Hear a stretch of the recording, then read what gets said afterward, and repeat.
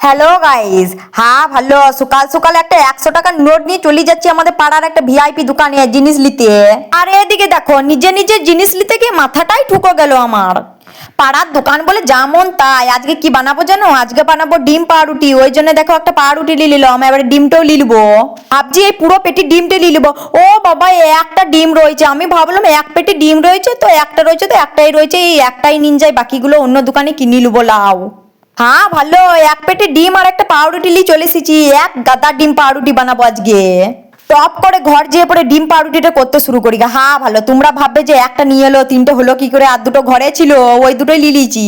ডিমের খোলাগুলো দেখো সাজাই দিচ্ছি। ভাবছি দোকানে ফেরত দিয়ে আসি গা, বলবো টাকাটা ফেরত দাও ডিমের খোলার। হ্যাঁ ভালো, আমি উনুন ধরাতে শুরু করে দিয়েছি। আমার দ্বারা হলো না, ওই জন্য একটা কাকিমাকে বললাম ধরাই দিতে। আমার দ্বারা আর কোনোদিনও উনুন ধরানোই হলো না বাবা। আর এদিকে দেখো কাকিমাটা এক বাড়িতে দাও দাও করে ধরাই দিল। হ্যাঁ ভালো। খুন্তিটা হাতে নিয়ে পড়ে নিজেকে বিশাল বড় রাঁধুনি মনে করছি। আর খুন্তিটা নিয়ে নিজের গুলাটার কাছে নিয়ে পড়েই বলছি যে আজকে যদি রান্নাটা না করতে পারি, নিজের গুলাটাই চিড় দেবো খুন্তিটা করে।